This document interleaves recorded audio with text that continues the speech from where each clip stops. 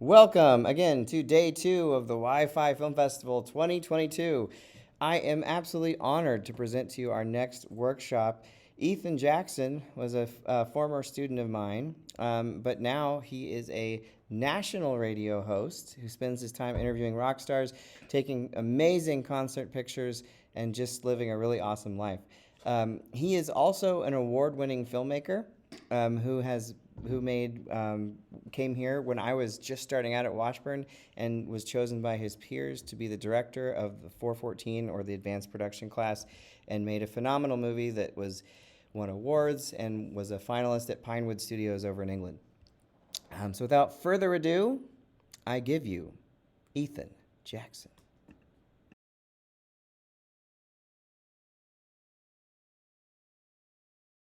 much. Let's do introductions though, because I don't like talking to people that I don't know. So, two of you in the back, I don't know your names. I'm sorry. I know everybody else. Okay, what's your emphasis? Cool. Part of what I'll talk about will work for you. Sweet. Some of what I'm going to talk about is going to work for you too. Cool. All right. So, when Matt asked me to talk, he asked me to talk about music. So that's kind of what we're going to do today. I'm going to talk a little bit about music itself first, and then move into the interview portion, which is something that I do. I wish it was on a daily basis, but it's really only when they tell me yes, so it doesn't happen all that often. First thing I want to mention in regards to music is that truth is subjective. Just because you like it doesn't mean somebody else is going to like it, or vice versa. You know, I like Nickelback. You might think Nickelback is the worst band of all time. That's okay. I'll still go to the concert and have a good time. Doesn't affect me. Or what? A lot of people like Taylor Swift. She's not my favorite, but that's cool. You know. Yeah, truth is subjective. So don't there's a lot of gatekeeping, especially in rock music, which is primarily where I do my work. And so people will be like, hey, that's not real rock music, or that band sucks, or whatever. And it's just not cool. So truth is subjective, and be authentic. Like what you like. It's all cool, you know. I'm not sure that WAP will have as much of a connection as some other music is, but if that's your jam, that's cool too. So the whole point of music, I think, is connection, right? It connects people together. We're all here because it said music in there, right? So it doesn't matter if you're at a concert or if it's an album release party or whatever. Music is about connection. And one thing that we did at the radio station during COVID that I'm really proud of is we tried to get artists and bands to cut liners for us and say, hey, we know stuff is kind of crazy right now, but it's going to be okay. We're going to get back to it. The venues will reopen. We'll be back at concerts, stuff like that. And one of the guys we got was actually Tech Nine. He cut a line for us and said, hey, Topeka, it's Tech Nine. We're going to be back at the Granada and Lawrence in no time, you know, hang in there, that kind of thing. And that was really cool. And with COVID, nobody got to connect with live music. And there's a whole bunch of reasons why, you know, people have this connection with music. One, genre. I mentioned before, WAP, probably not my thing. Taylor Swift, not my thing. I like Nickelback. I like other rock bands. So genre, that's a big thing that connects people, right? You're going to gravitate towards people that like similar things that you do. It's just the way we're kind of wired. Time can also cause connection with music. I've got songs that be like, oh man, back in 2008 when I was, 14 or whatever, you think of certain moments in your life when a certain song was playing. Same thing with movies. You know, you think about where you were at in your life when a certain movie came out. For me, Avatar, does everybody remember Avatar, the Blue People movie? That came out in 2009. When I think about that, that's nuts, right? It's 2009, that was so long ago, and the second one's not coming out until December. But things like that, movies, music, can take you back a little bit. And then relatability. A big thing in rock music and rock fans is they relate to the lyrics. I was talking to one of my coworkers the other day, and he goes, man, that music you play in your show is really depressing. Nobody's happy. And I'm like, yeah, but the way people use music is as a form of therapy, and so it's all therapeutic. They're pouring their hearts into their music, into their songwriting, and then the fans can kind of connect to that, relate to it on that level. And then another way that I was thinking about connection earlier today actually was situational. Like the whole WAP thing, you're gonna rock out to it at a club, right? If you're at a club dancing, have a couple drinks, you're having a good time, right? Doesn't matter what's playing, it's all situational. You're probably not gonna do that, you know, like in the middle of a wedding, though. You're gonna have a wedding song, stuff like I'm sorry, Matt. You're gonna have a wedding song, stuff like that. It's totally different, but you still appreciate the music for the situation that you're in. I'll go back to live music here with something that we did not get to enjoy for a year and a half, 2 years, thanks to COVID, and it's something that really brings people together. Here's a couple of photos from shows. Only one of them is actually from a show before COVID. One on the left is Ghost. That's one of their nameless ghouls. Their whole shtick is that nobody knows the members of the band's names. Beartooth there in the middle, that's Caleb from that band. That was actually shot at one of my last shows before COVID. It was in February, I believe, at the Granada in Lawrence. And then the one on the right is from Thursday night with Shinedown in Wichita. And so live music, it's a big deal. Obviously, like, this is how fans get to connect with the bands, for the most part, other than interviews, which we'll get to here in a couple of minutes. But I mean, there's nothing like live music if you're a music fan. It's pretty much my favorite thing of all time, other than going to the movies. Those are the top two things. And like I said, interviews. That's your other way to connect with the band, because you can't just talk to the band, right? They have socials, but they also have personal lives, and they don't always want to be interacting with people that way.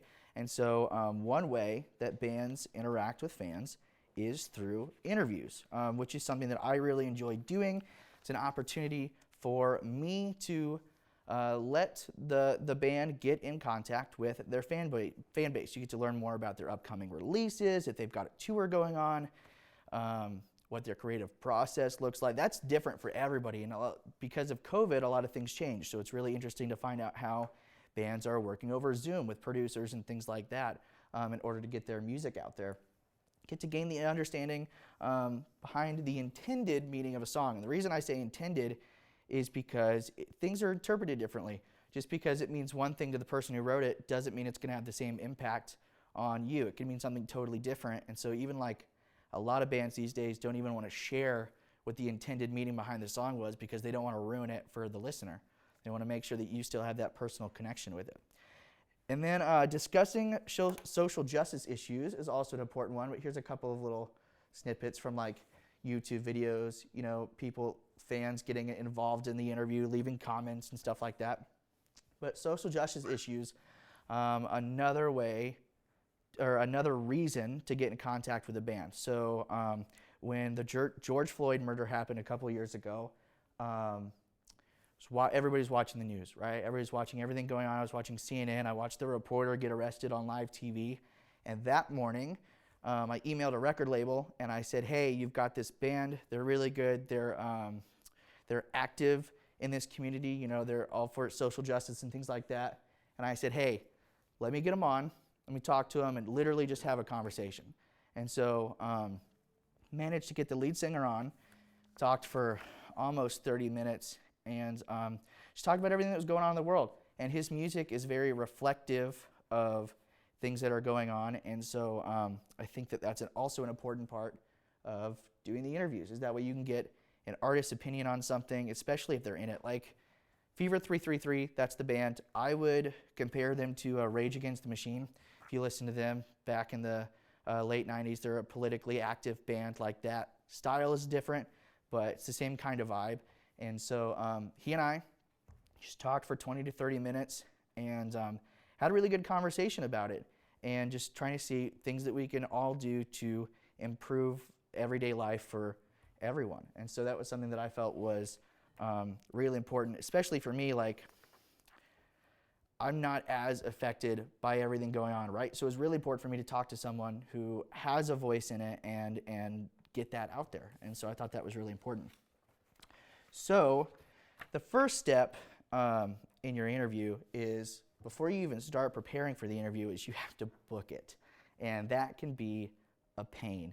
For me, it's a lot of times it's whether or not a band is available. Sometimes I get back, hey, they're in the studio right now working on new stuff. They don't have interview availability. or they're on tour, they don't have interview availability.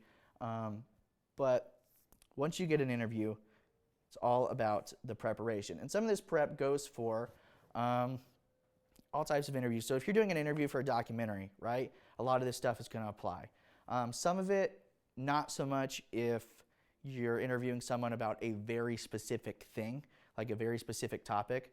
But as far as band interviews, when I've got 10 or 15 minutes with an artist, I want to ask as much as I can. I want to make sure that I hit a little bit of everything. So first thing you're going to want to do, become an expert on your guest. Obviously, you're not going to know, which way they put the toilet paper on the roll, up or down, whatever. You don't want to be weird like that. But don't use Wikipedia. It's wrong a lot. It's, there's some people that will do like little bits with it and be like, is it true or not? We read it on Wikipedia. And for me, that's a little gimmicky, and so I don't do that. Make sure that you're watching or listening to their catalog of work. Know what they put out on a regular basis. That way you actually are knowledgeable during the interview. Nothing is worse than being in the middle of an interview, asking a question, then sounding stupid because you didn't do enough research and the answer was out there. I did that one time, one of my interviews, when I was first starting out. I interviewed the lead singer for a band called All That Remains, and I asked him what the title to his upcoming album was going to be, because I couldn't find it in the little search that I did, and he was like, it's the same title as the single we were talking about 3 seconds ago. I was like, I sounded really stupid right there. So now I'm a little bit more in-depth in my prep. And follow them on social media. I mentioned earlier, they don't always interact with everyone on socials, but make sure that you follow them on social media, because you'll see little snippets and stuff that not everybody gets to see. And so that's really important too, especially when it comes to getting a personal connection with them. And then check their website or the website of the record label, movie studio. Look for the latest press releases, all that stuff. That comes into getting album titles or movie titles and all of that stuff. That way you're actually knowledgeable about what you want to talk about in the interview. The worst thing is sounding stupid in the interview. It's absolutely the worst. So you want to over-prepare. Write down more questions than you're going to be able to ask. Normally for an interview, I get 10, 15, maybe 30 minutes if I'm lucky. And so I put together a massive list of questions, and then I prioritize them. What do I want to make sure that I ask to get through the interview? And then after they're prioritized, I organize them in their order of importance, put them on a piece of paper, a couple pieces of paper, have them numbered out. That way, I make sure that I get to what I want to talk about first. And you don't end up lost or anything like that.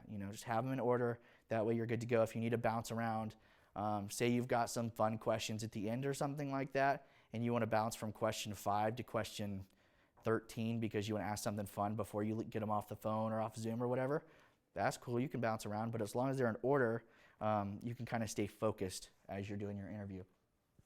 So, what makes a good interview question? We've got a couple comments coming in. Would you like me to? Yes. What we got? Let me get my mic. Also, if you guys have questions or anything, you can just interrupt me. It's okay. So we've I got don't care. couple comments and questions here coming in from Facebook. Oh, God. It's probably my mom. No. So we've got Sierra Hanner saying very good coping mechanism for what you were talking about earlier, music. And Maria enjoyed your picture of Ghost, Dr. Stover. She says that Ghost, she regrets missing their show last month. That's where that picture was taken. Yeah. Cool. And you took those pictures, by the way. I Yes, wanted to I make did sure take that those was known pictures. because you're really good at those concert photos. And Larissa May writes in, incorporating social justices to see artist side of what's happening. Wouldn't using social justices also help with the cone of silence theory? Yeah, definitely. If you've got an artist that has an opinion on something that's current, it's always good to talk to them about it and make sure that you give them the opportunity to do so, because they could post it on all their socials and everything, but a big part of what I do too is wanting to make sure that fans or people that might not normally hear what they have to say get an opportunity to hear what they have to say. Either way, yeah. Want to make sure that everybody has a chance to hear what they've got to say. Is that it? Yep, so far. All right, cool. And like Ethan said, if you have any questions, comments, feel free to either send Wi-Fi Film Festival a message on Facebook or just comment on this video. Yep. And I know I'm going a little fast, so I'll try to slow down a little bit. If you have questions, feel free to interrupt me. Oh, well, thank you, Matt. Appreciate it. A good interview question.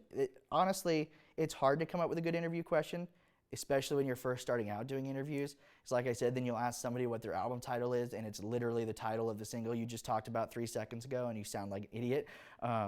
And so make sure that they're topical. Don't ask them about something that's no longer relevant. You know, if they did a live stream, that was a big thing during COVID, right? Bands and artists would do live streams. That way they could at least perform in some way. If they did that 9 months ago and they're actually on tour now, why are you asking them about the live stream instead of the actual tour that they're back on? You know, hey, this is your first tour back since COVID, that kind of thing. Make sure that your questions are topical and current.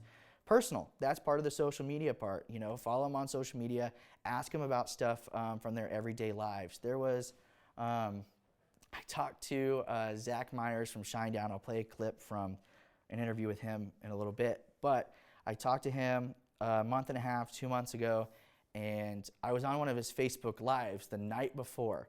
And he had just been in Georgia with some friends. And Zach's first name is actually Michael. So his name is Michael Myers. And his favorite movie series is the Halloween series. He was just in Georgia, hanging out with the guy who plays Michael in the new movies. And so in the middle of the Facebook Live, somebody asked if he was making an appearance in the movie. And he goes, I don't know. I was just hanging out with friends.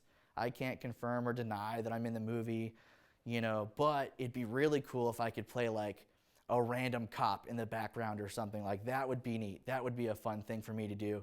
And so the next day I said, hey man, I saw your Facebook Live last night. What's the deal with the Halloween thing? You in the movie? Like, what's up? And he goes, oh man, I knew somebody. I was like, I said, you knew somebody was going to ask, right? If you're paying attention, somebody's going to ask because they want the scoop, right?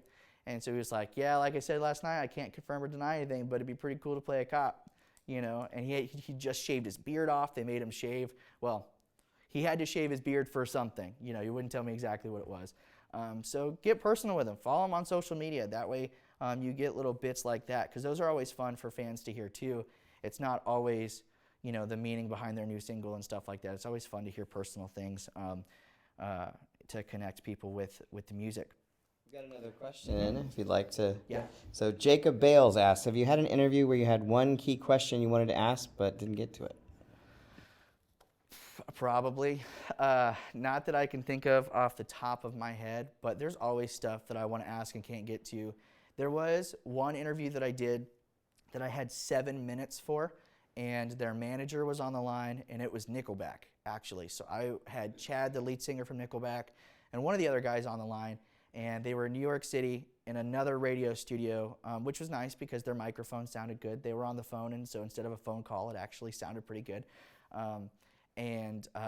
We talked. I literally got 7 minutes, and as soon as the 7-minute marker hit, the manager comes on and says, all right, that's your time. Thanks, Ethan. And then we kind of said goodbye real quick, and then they hung up. And so that one I would have liked to have more time with, just because it's Nickelback. They're a big band, and it would have been nice to have more time with them. But yeah, none that I can think of that are really important anyway. I leave most of the dumb questions for last and the fun stuff for last, and then try to ask all of the stuff that I want to get across first. That way I make sure that I get it into the interview. So another good interview question is fan-driven. Make sure that you're asking the fans what they want to know. Go to their Reddit pages. Go to their Facebook groups. Find them on Twitter. Ask them for question recommendations. I did that for a band called Motionless in White. Really big metal, well, not really big, but they play club venues like 2,000 people, 1,500, 2,000 people, sell those out, right? And I just tweeted, I asked fans, I was like, hey, what do you want me to ask Chris? And they gave a bunch of really good questions. I asked 2 of them, and one of the questions was, I think if he would do any solo music or not. And then we started talking about that for a little bit, a song that maybe he would have wished he would have written, and he said Jar of Hearts, and he's this metal singer. But then you get people, the fans that are in the comment section that are like, oh man, I would love to hear him sing Jar of Hearts, or I wish he would release some of the solo music that he was working on, and stuff like that. So you get the fans' question in, and then they get to interact a little bit in the comment section, which is fun. Make sure that it's unique. Don't ask the same questions everybody else does. One thing that I do is I go through and I watch other interviews with the same artist. I'll go make sure that I'm not asking the same thing that another radio station did, at least with the fun questions. You know, you've always got to ask about the album, right? That's one of those have-tos. You got to ask about their new album, make sure that they get their info out on that. But when you're doing fun stuff, make sure that it's unique. That way you stand out a little bit, and you're not just like everybody else on YouTube or SoundCloud or whatever. So with that, Yes. what are some questions, whether it's film or music, that you should stay away from? So Francesca asked, what are some questions you should avoid for film or music? So pretty much I would say pretty much everything's on the table for the most part. Obviously, if you know that an artist or filmmaker or whatever is sensitive about a certain topic, I would avoid it. For example, I interviewed Beartooth a couple years ago at a festival, and before the interview, their management emailed me and said, hey, by the way, don't ask about the meetings of the songs right now. The lead singer's going through some stuff with his depression, and we don't want to trigger anything. So just don't mention it. And so that was one thing that I got advised to not mention in an interview before. Politics, I stay away from that for the most part, unless you're going to have fun with it. So like when I had Nickelback on, they're Canadian boys, right? So I had Canadians on the line, and I was just like, hey, man, so welcome to Trump's America. What do you think, right? Just legit, just trying to start a fun conversation, have a couple laughs, whatever. And they were like, they turned it around on me and they go, well, what do you think? And I'm like, no, we're not doing that. You know, because then you get stuck putting your opinion out when you need to not be opinionated when you're doing stuff like this. But yeah, I would avoid politics and then anything that they say that they're having issues with at the time. So you always want to be respectful of the request of the artist, or else they won't ask you back. So that's really important. All right, let's see here. Almost time for your interview. Now what do? Make sure that you study your questions, man. Know your questions. You're obviously, you want to have a sheet of paper. You want to have all your questions written down or have them up on a computer or whatever. But make sure that you know what you want to ask. That way you don't have to rely on it, right? If you need to look back at your paper, that's cool. Do it. Most of my interviews are phoners, and so there's no video anyway. But some of them are on Zoom, and so sometimes what I'll do is I'll have a bigger computer behind my laptop, and I'll have questions up on the computer so it doesn't look like I'm actually looking at anything. I have it right above the camera so that I can see if I need to reference anything. And then be early. That's something that I always try to do. Make sure that you're ready at least 5 minutes before your interview is supposed to happen, just in case they happen to call early. Most of the time they don't, but just in case they show up early, make sure that you're there, you're ready. Make sure that your equipment is working. That's a good time for you to test it, test the phone line, all that stuff, because you never know, the same room that you used yesterday could have a technical issue the next day. So you always try to do that. Don't panic if your guest is late. This happens, and it happens a lot, especially with interviews that I do. Bands are doing an hour and a half or 2 hours of interviews, and you might be in the middle of their interview list, and the guy before might have taken 5 extra minutes than he was supposed to. And so don't panic if they're late. Just chill, be ready to go, and when the phone lights up, answer it and do your thing. And sometimes they just don't show up. One time I was supposed to interview Neil, the drummer from 3 Days Grace, and manager calls me and says, hey man, I know he's late, we're having a hard time getting a hold of him, I don't know if he's having connection issues or what. 2 hours later, we get to do the interview, and I mentioned to him the connection issue thing. He goes, dude, I gotta be honest with you, I forgot to set my alarm this morning and I was asleep. And so, you know, sometimes stuff like that happens too. They're human, right? You know, sometimes they sleep through their alarm. It's all good. Now, conducting the interview, there's a couple of things that you want to do here. Starting the interview, make sure that your guest is comfortable, you know. Introduce yourself. If you've talked to him before, mention that. Be like, hey man, remember last time we talked, we did this, whatever. Make conversation.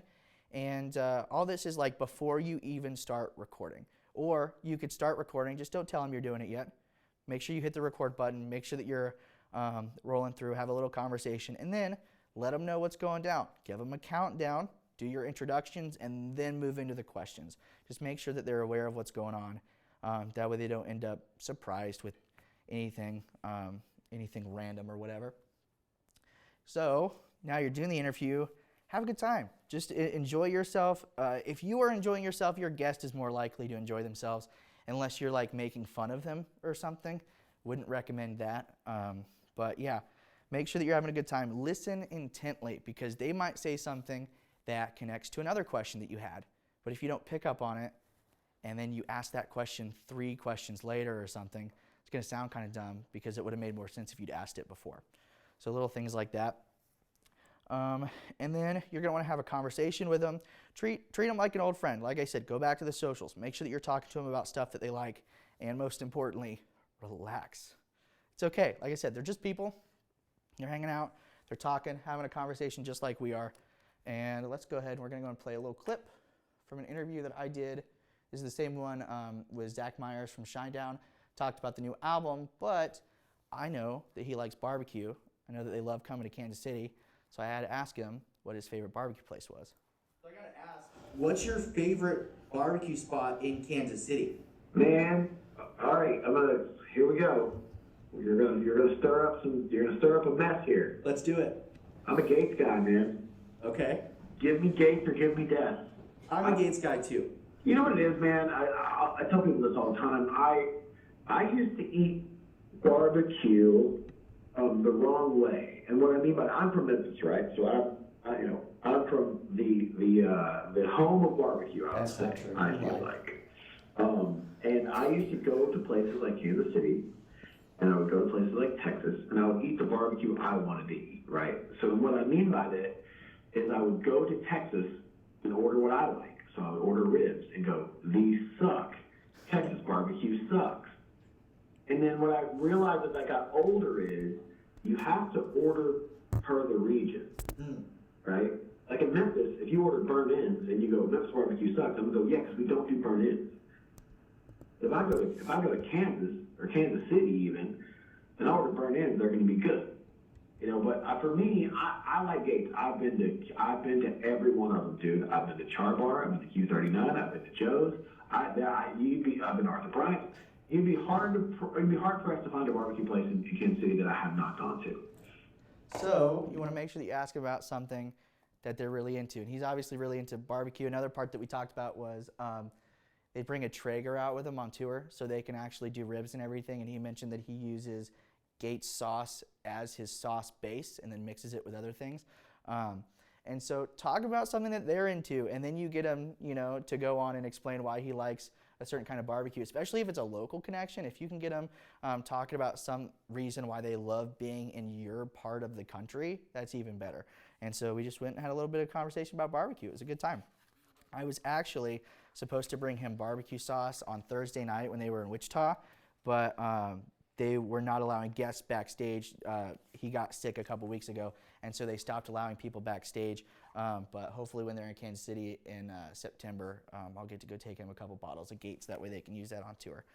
So now that your interview's done, what do you do after the interview? This is just as important as the interview itself, right? You're going to want to edit your interview. If you messed up, it's okay. You can take it out. It's fine. That's why you record it. So if you flub over a word or whatever, that's okay. You can take that out. You can remove pauses, breaths, make it flow a little bit easier, especially like if you ask a question and they take a second to respond and you want to tighten it up a little bit, you can do that. That's fine. But don't edit it too much because then you can kind of change the meaning behind what they're talking about. You don't want to do that. Just edit it for little errors like that. You want to upload the interview, get it online, YouTube, SoundCloud, whatever. Make sure that it's out there. And then you want to share it. Make sure that you get the interview out to those fan groups on Reddit, Facebook, Instagram, Twitter. Make sure that they've got the interview, because if they do, they're going to watch it. All the other fans are going to watch it.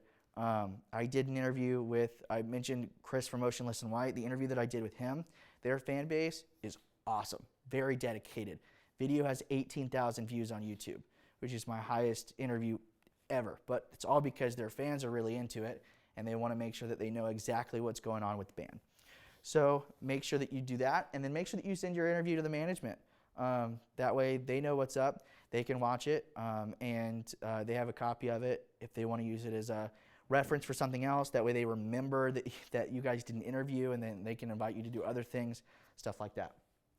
I'm going to play a TikTok for you real quick that I did to kind of help promote an interview that I did with Grandson. He's an alternative artist. He did the theme song for James Gunn's The Suicide Squad. So I talked to him maybe a week and a half after that movie came out. I'm ready to rock Oklahoma.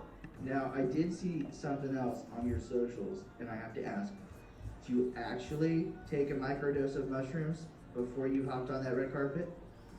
I am saying right here, right now, I Shout out to Grandson for the awesome interview today, man. If you want to find out whether or not he actually microdosed on mushrooms before the Suicide Squad premiere, check it out. V100rocks.com for the full interview. We will see him and hopefully you on September 3rd at Rocklahoma. So I didn't reveal any of the answers in the clip, right? I want people to go watch the interview. I'm not going to post the answers to the interview questions in a clip because then they don't have to go watch it on my website. And I want the website hits, right? So it's a little bit of a marketing thing. Get them in by asking the question, get a little bit of the answer, and then cut them off. That way they actually have to go watch the full thing to get the full story. And so, yes, he did microdose on mushrooms before he went to the Suicide Squad premiere. So he's hanging out with James Gunn and Sylvester Stallone and all these guys, and he is high on mushrooms. So there's the answer. And then going all back to, not that, hold on. I'm just going to go down here. There we go. It's all back to connection, right? Everything is about connecting the fan base to the artists when it comes to interviews and connecting them to a local thing like the barbecue stuff. Everything is about some sort of underlying connection, and that's what I really love about music is no matter if you're connected to people based on the genre or if you're in a club and whatever, you know, is playing and you're dancing with a bunch of people, or if you're at a concert, everybody is screaming the lyrics, or the other night at Shinedown, this mom and this daughter were sitting in front of me, and they were both singing every single word, and they were up dancing and everything like that.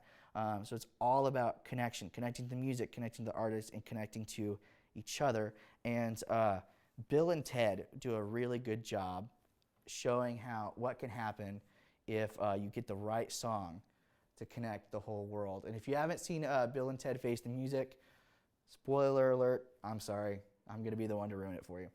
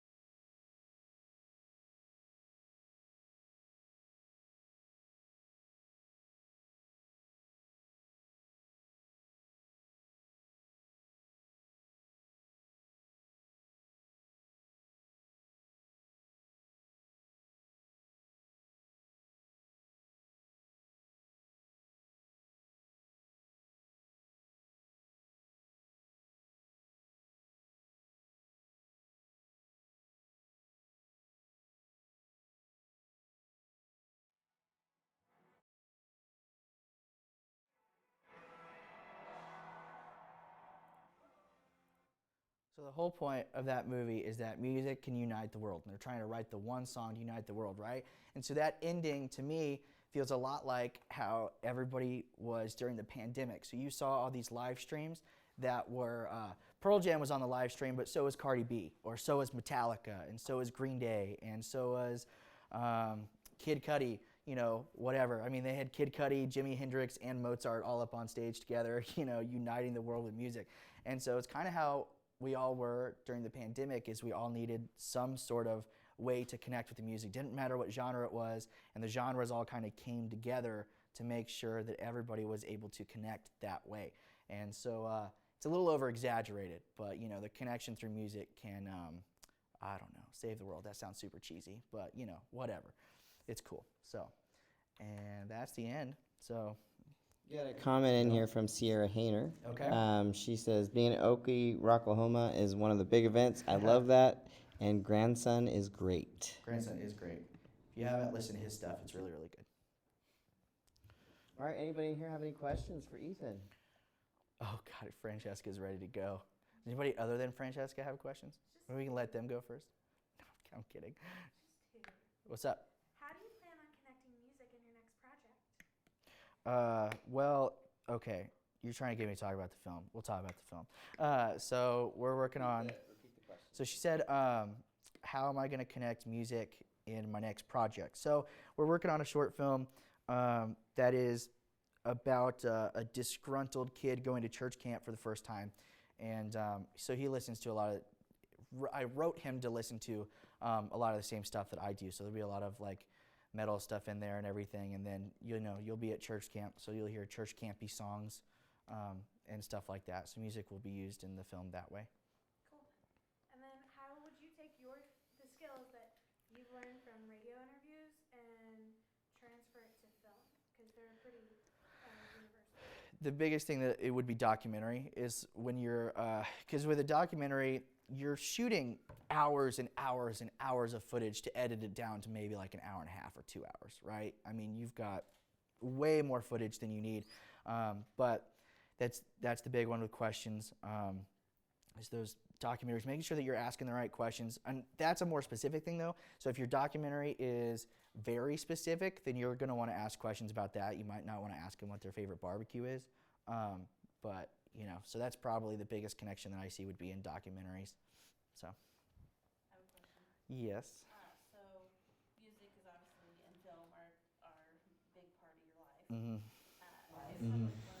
Do you have like one of those moments from your childhood, one of those aha, this is it, music, I can't, you know, things that just really stand out to you that kind of cemented this passion? Gosh, let me think. So okay. So I grew up because my parents were pastors, all the time. listening to Christian music And, all the time. And I'm not a I'm big fan not of this band now. big but fan of this band Skillet. now, but there's this band called And Skillet. I got tickets to them for And one of my I got birthdays tickets as to a them kid, for one of and my I never birthdays listened as to a anything kid, and other I than, like, never listened to Christian anything pop other than music. like Christian And pop so music. we go to this concert. And so we and go to there's, this like, concert, and fire there's like on stage and guitars and all of this stuff. And so that kind of got me into the music that I'm into now, which is what I use for, you know, work most of the time. So that would probably be the one big thing, is seeing like, you know, flamethrowers on stage or shooting fireworks out of the end of a bass guitar, you know, that kind of thing. But probably the big one. It's a spectacle. All right, who's next? Yeah. Yeah. Question. So, with music and with finding, with your experience with film, movie watcher and all, and I love like watching a great movie and then the end piece is that perfect song at the end. So, like, for what's a good movie that Spot. that you one of your favorite movies on a great ending song? oh god. I won't give you an ending song. I won't give you an ending song, but most recently, the one that I can think of is the new James Bond movie, the Billie Eilish theme that she did. It was really good. I really like that. Bond ones are interesting because a different artist does the song each time. And I really liked her song, and then the Adele one from a few years ago. Theme of all time from Skyfall. It's also my favorite Bond movie, and so that's probably the one. As far as like a movie using an already well-known fairly well-known song and using it in a way that fits the tone of the film. Most recently was the Batman. They used Nirvana, Something in the Way, and it was done really, really, really well. And so I thought it was really cool the way that they used that.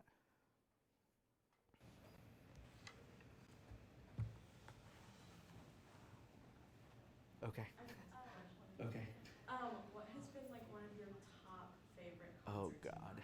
Okay. I've been to. I I average between 12 and 15. I a year, average between 12 so I and go to them a 15 a year. lot. So I go to them a lot. Last summer, I went to I had 6 weeks in a row where I had a concert each week, and I'll give you two favorites, and they're from last summer. One of them was Green Day in Oklahoma. They played to a club, 2,000 people before they went out to go on tour with Fall Out Boy and Weezer.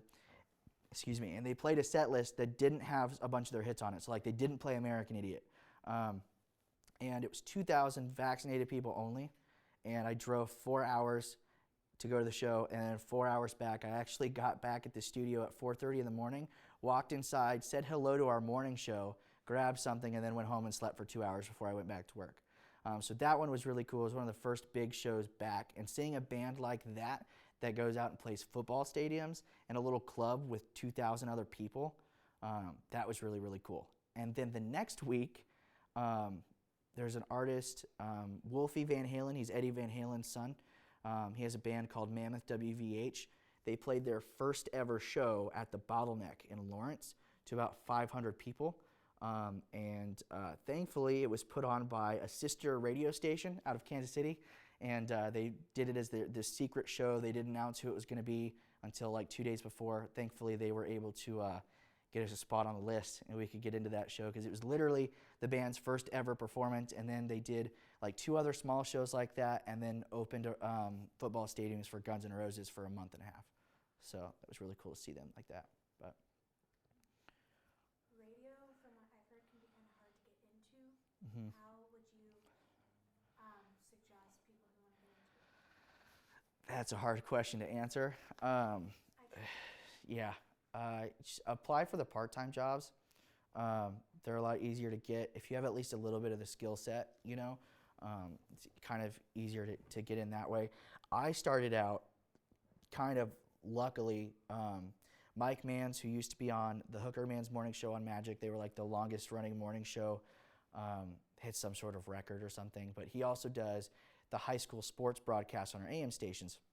His wife was my homeroom teacher in high school, and he had a position open for a board op, and so I bugged her about it for a month, and she bugged him about it for a month, and then I got an email saying, hey, can you come by the studio on Tuesday?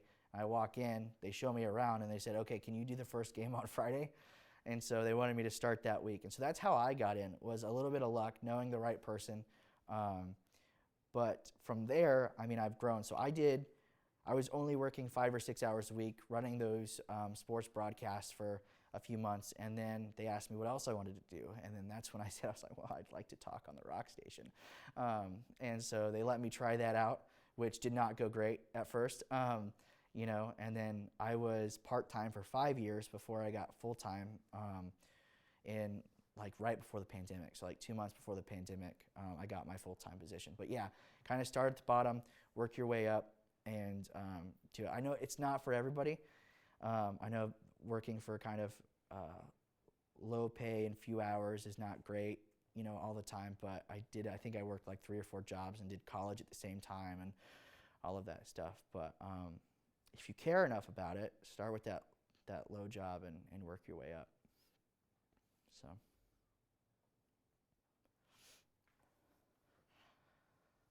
We have any more Facebook questions? I will do a check.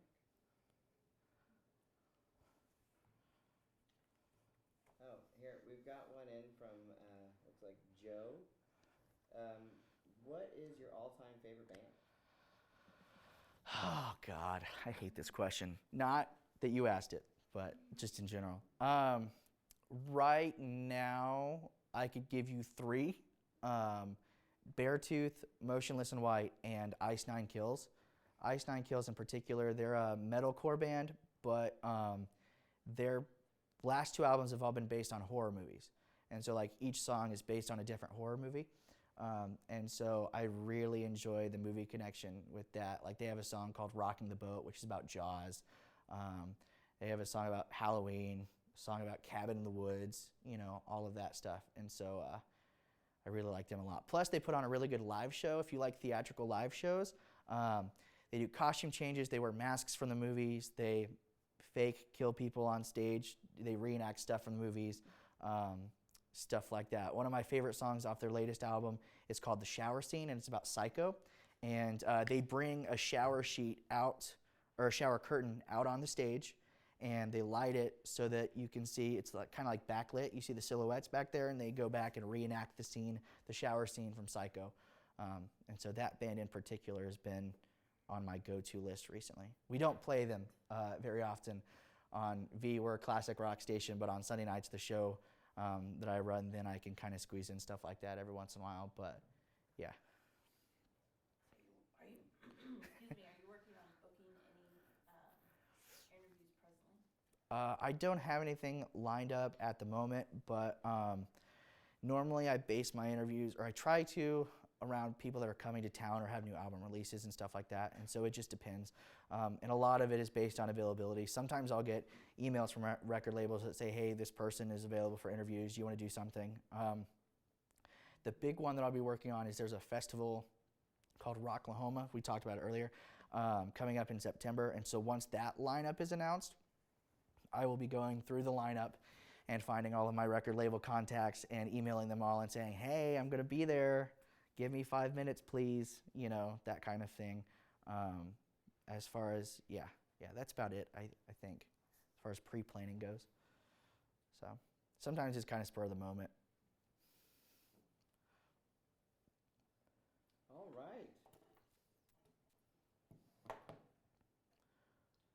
Thank you very much, Ethan Jackson, for giving your fabulous presentation here today. We really appreciate it. Let's give him a round of applause.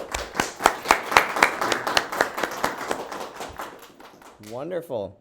All right. Well, thank you very much for checking this out. And then in about 15 minutes, we'll have the women's panel coming to you live on Facebook, also at the Topeka Shawnee County Public Library.